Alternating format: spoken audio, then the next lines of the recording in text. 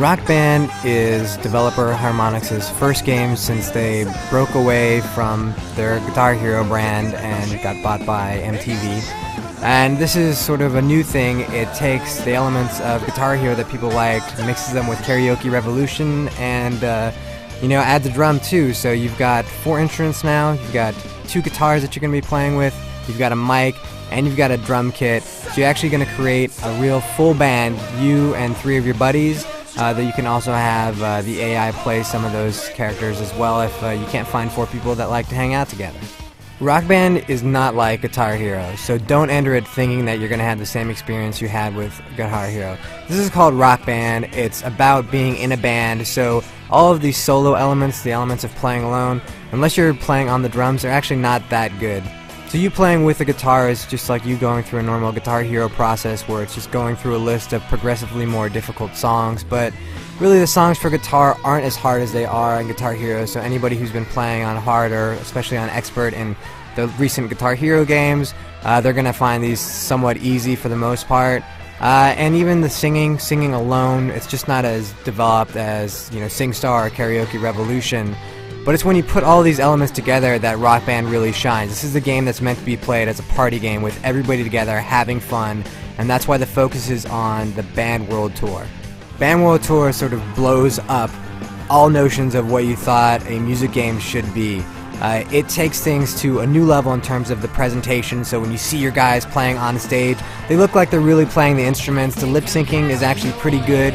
The crowds are really involved. Not only, as you become famous, not only will you see the crowds jumping up and down and getting into your performance as you're doing well, but you actually hear them singing, and every single song in the game has parts where the crowd will actually sing if you're doing and performing well. So it's a really awesome feeling when you get the crowd kind of going behind you and you see your bandmates actually playing really well together.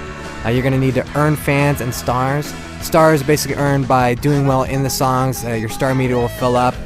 Based on the points that you score and the venues that you play, you're going to earn fans. So the bigger the venue, the more fans you're going to earn. But if you fail songs, you're actually going to lose fans. So you have this sort of balance where you're constantly trying to fight to get more fans to like you. And the bigger the venue you play, the bigger the reward, but also the greater the risk.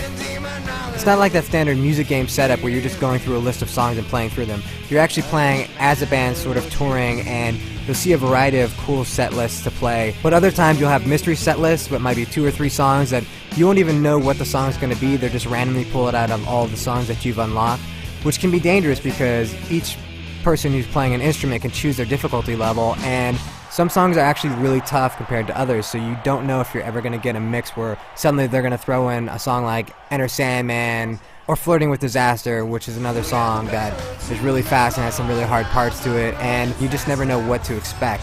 The big issue with Rock Band is that there are only 45 licensed tracks, so you are going to get a lot of repeats. I can't tell you how many times we played In Bloom in 5 hours. We must have played that song 10 times. So until you start really opening the full track list, and even then at 45 songs, you are going to get a lot of the same songs that you're going to have to play over and over again. At the same time, when you start opening up more songs and harder songs, you start getting a better mixing.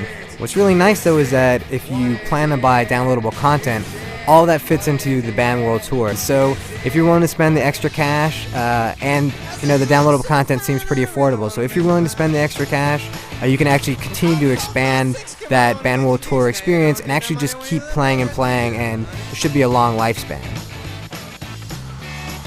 Now, as fun as Rock Band is, there are a few issues. The biggest being that the guitar that comes in the box is just not that good. Pretty much universally, everybody who's played Rock Band in the office prefers to use a different guitar from a different game rather than using the one that comes with Rock Band.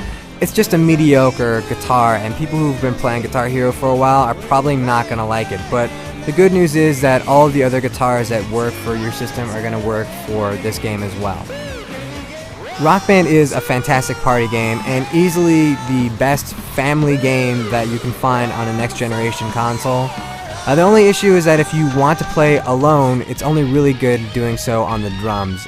Don't buy this game if you just want to play the guitar parts or if you just want to sing. You only want to do it if you're actually going to have a band of at least 2 people get together and play through this. Rock Band's a game you could be playing 6 months from now and still be having fun with. We will be, that's for sure.